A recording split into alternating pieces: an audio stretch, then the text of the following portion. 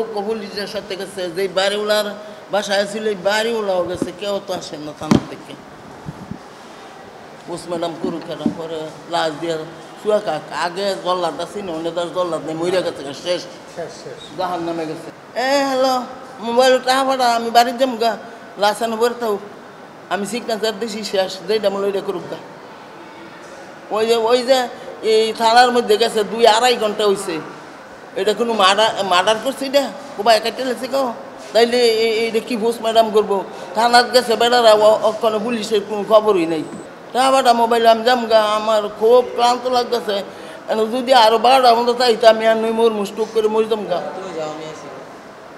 আমি কই যেতাম, কই দিয়ে সেটা দিয়ে কাছে, হ্যাঁ আমি বাড়ি যাম গা। না না, আমি 2-3 দিন পরে শোয়া হলে রাখাইতেছি, আমার খুব অসুস্থ আমি। আরে কাবলতা তো বাবা রাখাইছি, আমি তো কিছু আনছি না। তুমি ফুপির বাড়ি যাও, কালকে আমি সকালে লই আমু। হ্যাঁ, আগে আগে সোহানের নাম্বারে পাঠাইছো না? আর না আমি বাড়ির যাবো গা, সোহান বাড়ি থেকে যেটা মনে রে, আমি বাড়ির যাবো গা রে, আমি বাড়ির যাবো গা, আমি থাকতাম নেনো। না না, হুবিরানো যাইতাম না, আমি বাড়ির যাবো গা, 10টা-11টা বাজে আমি যাবো গা বাড়ি। হ্যাঁ, কী করবো, তারা রাজ দেয় না। আমি 12টা ঘন্টা থাকলে পরে আমি মরবো না, আমার লয়ে পরে মেডিকেল দৌড়ান লাগবো বাবা। আমি তো একটা মানুষ, ইয়া বড় বুড়া মানুষ, বয়স হয়েছে। ওই আমার দেওয়ারের ছেলে যে গেছে বাড়িওয়ালার লগে থানার গেছে, এই 2জন, ইয়া বড় পুলিশ এনো কী করে থানার গেছে, আনতে ফাইল লিখে একবার লিখছে, পরে আবার সিরা কয় ভুল হয়েছে আবার লিখছে, লেয়ার পরে ইয়ার পরে গেছে বাড়িওয়ালা গেছে, ইয়ার পরে আমার দেওয়ারের ছেলে গেছে।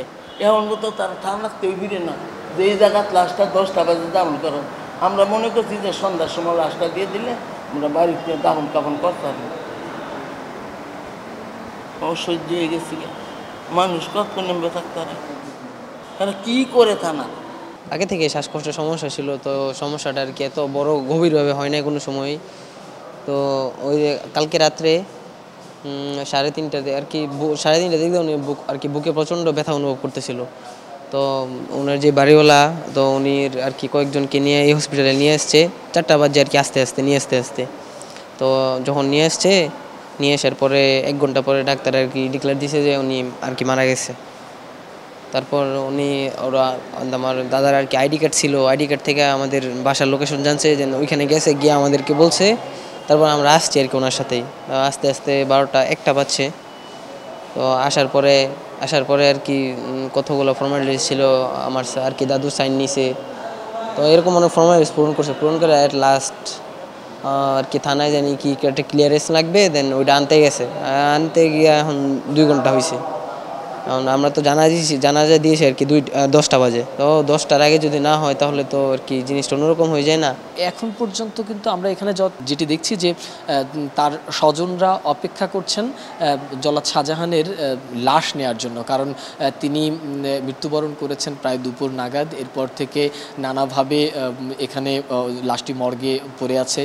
পুলিশ এরই মধ্যে এসেছিলেন, তারা শ্রোতাল রিপোর্ট তৈরি করেছেন, কিন্তু তারা বলছিলেন যে প্রায় 1 ঘন্টারও বেশি সময় পুলিশ এখানে এসেছেন, রিপোর্ট তৈরি করেছেন, কিন্তু তারা এরপরে বলেছেন থানা থেকে এসে তারা লাশ হস্তান্তরের বিষয়টি সমাধান করবেন। কিন্তু এখন পর্যন্ত আসলে লাশ হস্তান্তরের বিষয়টি কোনোভাবে সমাধান হয়নি, সে কারণেই কিন্তু আসলে তারা অপেক্ষা করছে, বসে রয়েছেন। এদিকে তাদের যে জানাজা নামাজ অনুষ্ঠিত হবে সেই তারিখ দেওয়া হয়েছে আজ রাত 10টায়। সেক্ষেত্রে এখান থেকে আসলে রাত 10টার মধ্যে তারা জানাজা নামাজ অনুষ্ঠিত করতে পারবে কিনা সেটি নিয়েও তারা আসলে একটি সন্দেহের মধ্যে রয়েছেন, বা সেটি নিয়ে শঙ্কায় রয়েছে।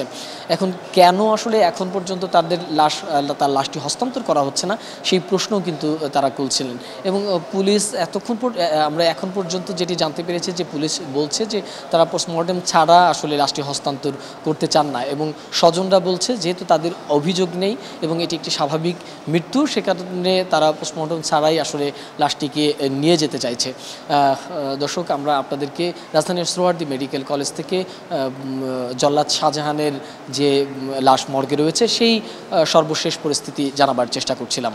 সোহাগ বিশ্বাস, এটিএন নিউজ, রাজধানীর সোহরাওয়ার্দী মেডিকেল কলেজ, ঢাকা।